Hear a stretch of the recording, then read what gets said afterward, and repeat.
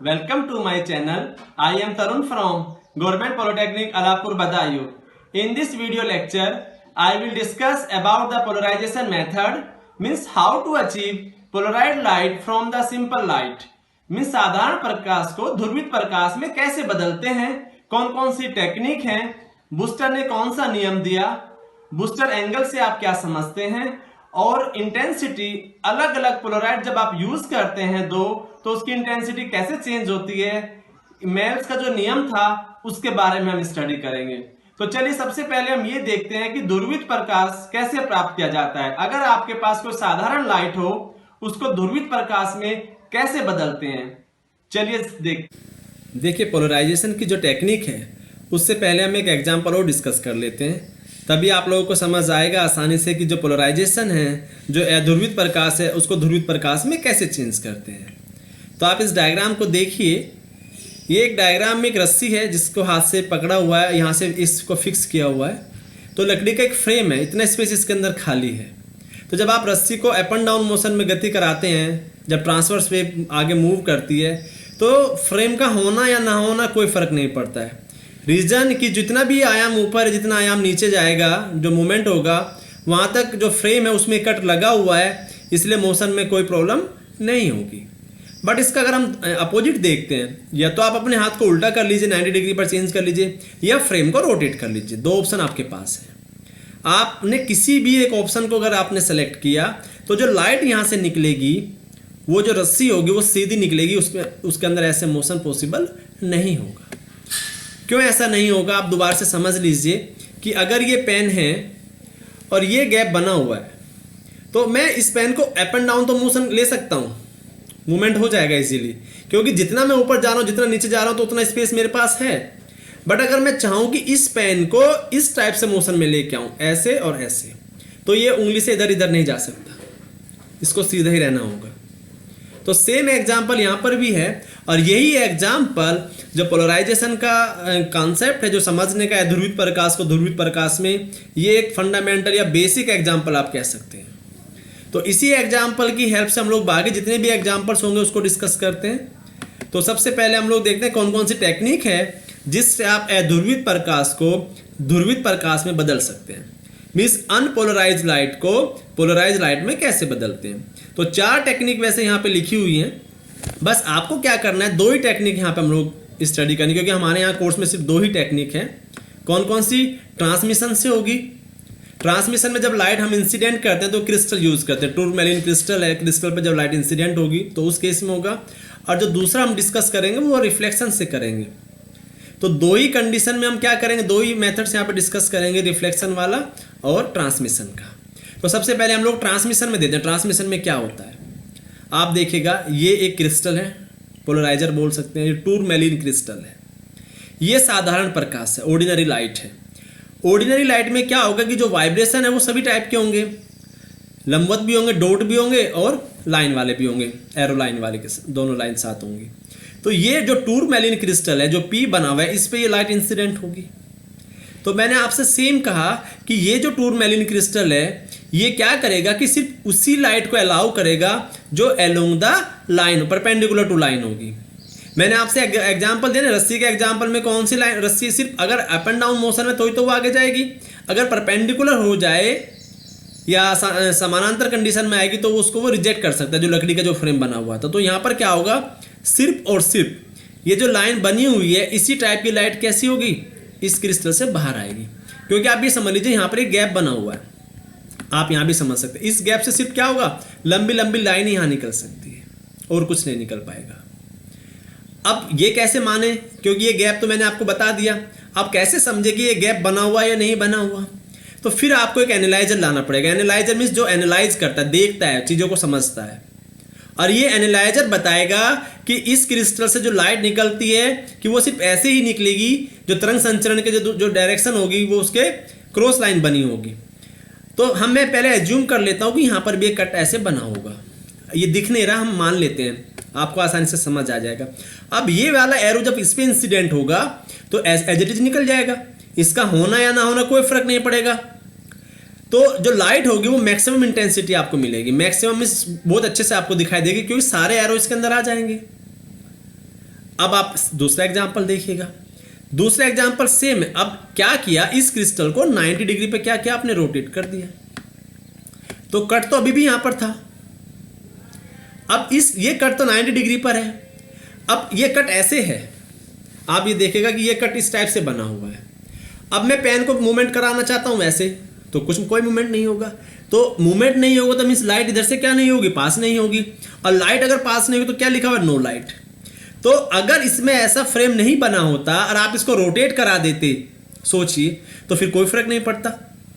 अगर इसके अंदर पूरा ही फ्रेम खाली होता तो कैसे भी एरो आ जाए तो वो उसी को अलाउ करेगा, बट ऐसा नहीं है। इस केस में जो लाइट होगी वो नो लाइट आएगी, कोई लाइट उसके अंदर दिखाई नहीं देगी। तो आप समझ सकते हैं कि जो ये क्रिस्टल है, इस क्रिस्टल में कैसे एक स्लैब, एक खाली स्पेस बना हुआ है। और वो स्पेस कैसा है, वो परपेंडिकुलर स्पेस है कि अगर वाइब्रेशन परपेंडिकुलर होंगे, एरो अप एंड डाउन बनेंगे तो ये लाइट को अलाउ करेगा। और अगर आपने इसको रोटेट कर दिया और आपने जो वाइब्रेशन थे वो अप एंड डाउन रखे, तो उस कंडीशन में वो उसको अलाउ नहीं करेगा। तो जो लाइट आएगी, जो आउटपुट मिलेगा, वहां पर कौन सी लाइट होगी, नो लाइट, कोई प्रकाश आपको दिखाई नहीं देगा। तो यही पोलराइजेशन था कि अगर आप क्रिस्टल पर डालते हैं किसी भी साधारण प्रकाश को, तो वो कैसा चेंज हो जाएगा, वो ध्रुवित प्रकाश या मीन्स पोलराइज जो लाइट थी वो आपको मिल सकती है। तो यहाँ से दो चीजें क्लियर हैं कि जो पोलराइजर है, पोलराइजर मीन्स जो चेंज करता है लाइट को अध्रुवित से ध्रुवित, और एनालाइजर जो बताता है कि इससे गुजरने वाली जो लाइट है वो सिर्फ एक ही दिशा में होती है, सभी दिशा की जो लाइट थी वो उसको अलाउ नहीं करेगा, सिर्फ जो परपेंडिकुलर होगी उसी को अलाउ करता है। तो ये पोलराइजेशन का कंसेप्ट था। और पोलराइजेशन आपने क्या किया, अध्रुवित को ध्रुवित प्रकाश में चेंज कर दिया। अब हम बात करते हैं रिफ्लेक्शन से कैसे लाइट मिलती है। अगर आपके पास रिफ्लेक्शन जो लाइट की जो प्रॉपर्टी है, उससे भी आप अध्रुवित प्रकाश को ध्रुवित प्रकाश में बदल सकते हैं। तो ये पॉइंट भी आपको समझना होगा कि कैसे चेंज करते हैं। जब लाइट को आपने इंसिडेंट किया, ये लाइट आपने इंसिडेंट की, तो कुछ लाइट इधर जाएगी और कुछ लाइट इधर जाती है, ये कंसेप्ट बना हुआ। तो यहां पर जब लाइट रिफ्लेक्ट होगी, ये वाली जो रेस थी, ये कौन सी रेस थी, रिफ्लेक्टेड रेज है। ये रिफ्लेक्शन होता है, दो अलग अलग कंसेप्ट है, परावर्तन और अपवर्तन बोलते हैं। ये रिफ्लेक्शन है, ये रिफ्रैक्शन है। तो तीन कंडीशन यहां पर होगी। कौन कौन सी, ये वन कंडीशन है कि कंप्लीटली पोलराइज, जो ये लाइट आपको मिलेगी ये कंप्लीट पोलराइज होगी, ध्रुवित प्रकाश मिलेगा। अगर ये लाइट आपने इंसिडेंट की तो जो लाइट मिलेगी वो ध्रुवित प्रकाश में मिलेगी, पहला केस। दूसरा, आधी अधूरी मिलेगी, आंशिक रूप से मिलेगी, कि कंप्लीट नहीं होगा, थोड़ा थोड़ा प्रकाश ध्रुवित होगा, थोड़ा नहीं होगा। और तीसरा कि ध्रुवित प्रकाश आपको नहीं मिलेगा, आपने लाइट इंसिडेंट की, आपको जो लाइट आपने इंसिडेंट की एज इट इज लाइट आपको मिल जाती है। तो जब आप लाइट को किसी भी रिफ्लेक्टेड सरफेस पर आप डालते हैं तो तीन कंडीशन वहां पर मिलेगी, पूरा ध्रुवित हो जाएगा प्रकाश, आधा अधूरा होगा, या कुछ भी नहीं होगा, कोई चेंज उसके अंदर नहीं आएगा। तो ऐसा कब होगा, किस चीज पे ये डिपेंड करेगा कि कब कंप्लीट होगा, कब आधा अधूरा होगा, ये बात आपको समझनी होगी। तो ये जो डिपेंड करता है, ये डिपेंड करता है कि किस एंगल पे आपने लाइट को इंसिडेंट किया। ये एक एंगल है जिसको हम लोग इंसिडेंट एंगल बोलते हैं, आपतन कोण बोलते हैं। अगर आपने इस एंगल को जीरो रख लिया, ये जीरो रखा हुआ है, तो आपको लाइट में कोई बदलाव नहीं मिलेगा, जैसे लाइट थी वैसे की वैसी ही रहेगी।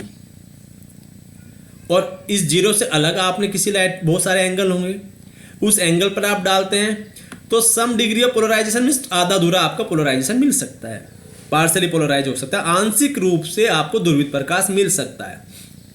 सिर्फ एक ही एंगल ऐसा होगा जिस एंगल पर आपने लाइट इंसिडेंट की, एक पर्टिकुलर सिर्फ एक ही एंगल, बहुत सारे नहीं, एक ही एंगल, सिर्फ बहुत सारों में से एक एंगल ऐसा होगा जिस पर जो लाइट होगी वो पूर्णतः ध्रुवित प्रकाश आपको मिलेगा, परफेक्टली कंप्लीटली पोलराइज लाइट आपको मिलेगी। तो जो एंगल होगा वो सिर्फ एक ही एंगल है, वो डिपेंड करता है जब जो रिफ्लेक्टेड सरफेस है उसके अपवर्तनांक पर डिपेंड करता है।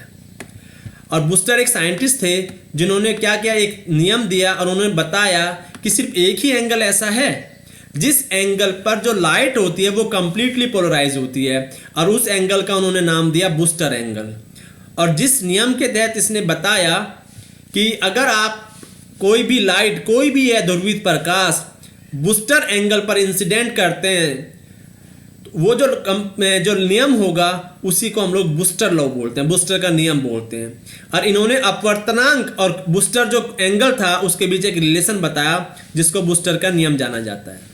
इन्होंने बताया कि जो tan थीटा है, जो थीटा p लिखा हुआ ये बूस्टर एंगल है n2/n1। अगर एयर से गिलास में जाएगी, सपोज करो ये एयर है यहाँ पर और ये गिलास है, तो इस केस में ये 1 हो जाएगा, तो सिर्फ n बराबर tan थीटा आ जाएगा। तो n बराबर आप लिख सकते हैं tan थीटा। और अगर कांच के लिए अगर आप बात करते हैं, अगर कोई भी अध्रुवित प्रकाश आप कांच पर डालते हैं तो 57 डिग्री पर अगर आपने लाइट को इंसिडेंट किया तो लाइट जो है वो कंप्लीटली पोलराइज हो जाएगी। मीन्स कांच के लिए जो ध्रुवण कोण है वो 57 होगा। कैसे निकालते हैं ध्रुवण कोण? सिर्फ कुछ नहीं करना, जो n है ये अपवर्तन अगर आपको पता है तो थीटा इक्वल टू क्या हो जाएगा, थीटा बराबर tan इनवर्स और n आ जाता है। तो आप अपने टेबल से क्या देख सकते हैं, इसका मान देख सकते हैं, ये एक फॉर्मूला बन जाएगा। तो बूस्टर का नियम था और इसी को हम लोग क्या बोलते हैं, बूस्टर एंगल बोलते हैं, कि जिस एंगल पर आप लाइट को इंसिडेंट करते हैं। तो शायद ये भी आप लोगों को टॉपिक क्लियर हुआ होगा कि बूस्टर नियम क्या है, बूस्टर कोण क्या है। अब बात देखिए, 3 अलग अलग केस हैं, तीनों केसेस डिस्कस किए। ये वाला केस इंसिडेंट आपने किया, थोड़ा सा इधर निकल जाता, थोड़ा ये एक सिंपल एंगल है, इस एंगल में कोई चेंजमेंट नहीं है, कोई भी एंगल आप नॉर्मली आप किसी भी एंगल पर डाल सकते हैं। तो इसमें क्या होगा, ये सिर्फ पार्सली वाला कंडीशन है, मतलब आंशिक, थोड़ा सा इधर थोड़ा इधर, ये पार्सली कह सकते हैं इसको या आंशिक रूप से कह सकते हैं। और अगर आपने इस एंगल को चेंज कर दिया, इस एंगल को किस मीन्स ये अब क्या है, थीटा पी लिखा हुआ है, थीटा पी मीन्स कैसा है, ये बूस्टर एंगल। अगर आपने बूस्टर एंगल पर जब लाइट को डाला तो आप देखेगा यहाँ पे सिर्फ एक डॉट बना हुआ है। तो जो रिफ्लेक्टेड बीम है, ये बीम रिफ्लेक्टेड बीम है, ये बीम कैसी होगी, कंप्लीटली होगी। अब इसमें आधी अधूरी नहीं है, ये कैसी पोलराइज होगी, पूर्णतः कंप्लीटली। तो सिर्फ यही केस थे, जीरो का केस था, और किसी बहुत सारे एंगल्स पर आप डालें और एक पर्टिकुलर एंगल पर आप डालते हैं जिसमें आपको कंप्लीट पोलराइज लाइट मिल सकती है रिफ्लेक्शन से। तो ये चीज़ें आपको शायद क्लियर हुई होंगी। अब मेल्स लॉ आपको देखना है। मेल्स लॉ भी सेम, जो मैंने अभी जो टूरमैलिन क्रिस्टल का जो एग्जांपल बताया कि ये एक क्रिस्टल है, पोलराइजर है। एक साधारण लाइट आपने क्या कि इस पर इंसिडेंट की तो यहाँ पर आपको एक लाइट मिल जाएगी। अब ये लाइट अगर आप दोबारा से एनालाइजर पर डालते हैं तो यहाँ पर अगर आप ये सेम डायरेक्शन में होगी तो पूरी लाइट को अलाउ करेगा। अगर ये 90 डिग्री पर आ जाए तो कोई लाइट यहाँ पर अलाउ नहीं करता, सब लाइट को रिजेक्ट कर देता है। मीन्स जो मेल्स का जो नियम था, उन्होंने निर्गत जो इंटेंसिटी थी और जो इनपुट वाली थी उसके बीच एक रिलेशन बताया कि S = S0 cos square theta. Theta क्या है, जो एनालाइजर का क्या है, एंगल है। ये जो एनालाइजर है ये कितने एंगल पर है, ये उसका कौन होगा।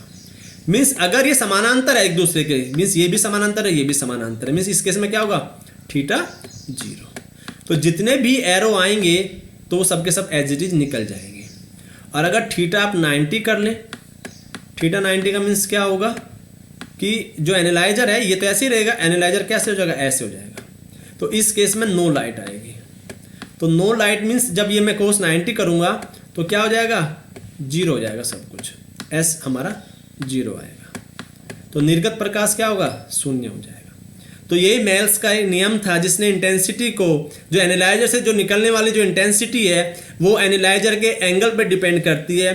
अगर पोलराइजर और एनालाइजर दोनों का एंगल सेम है, समानांतर है, थीटा = 0 है, तो वो सारी लाइट को अलाउ करेगा। अगर पोलराइजर और एनालाइजर एक दूसरे के परपेंडिकुलर है, मीन्स 90 डिग्री पर है, तो वो किसी भी लाइट को अलाउ नहीं करता।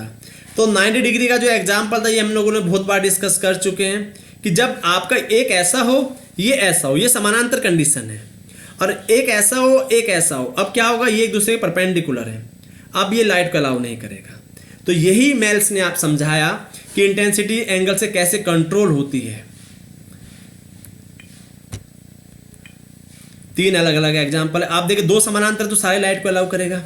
ये अगर 45 डिग्री पर है तो थोड़ी सी लाइट को अलाउ करेगा, मिस रोटेट करना शुरू कर दिया। और अगर जस्ट पूरी 90 हो जाए तो उस कंडीशन में क्या होगा, उस कंडीशन में कंप्लीटली अंधेरा हो जाएगा। तो आप ये समझ सकते हैं जो एरोप्लेन्स होते हैं, जो मैंने आपसे बताया पोलराइड का जो यूज़ होता है कि विंडो पर 2 पोलराइड फिल्म लगी होती है। तो आप ये देखिए, अगर ये एक फिल्म को आप फिक्स कर दीजिए, एक को आप मूवमेंट करके रखिए, ऐसी स्थिति में तो वो लाइट को मैक्सिमम अलाउ करता है, बाहर की जो लाइट होगी वो अंदर आ जाएगी, जो जिस सीट पर आप बैठे हैं। ये ट्रेन में भी लगा होता है। अगर आप थोड़ा सा इसको घुमाना शुरू करते हैं तो अगर आप ऐसे घुमाएंगे थोड़ा सा उजाला आएगा, और अगर आपने जैसे ऐसे कर दिया तो उस स्थिति में लाइट जो बाहर की थी वो अंदर नहीं आएगी, तो आपकी जो सीट थी वो तो उस पर अंधेरा फील होगा।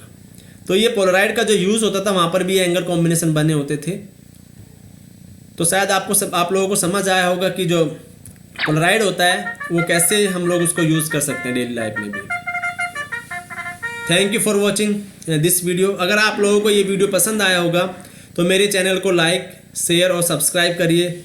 अगर इस टॉपिक से रिलेटेड कोई भी डाउट अगर है तो आप कमेंट सेक्शन में मैसेज कर सकते हैं। Thank you.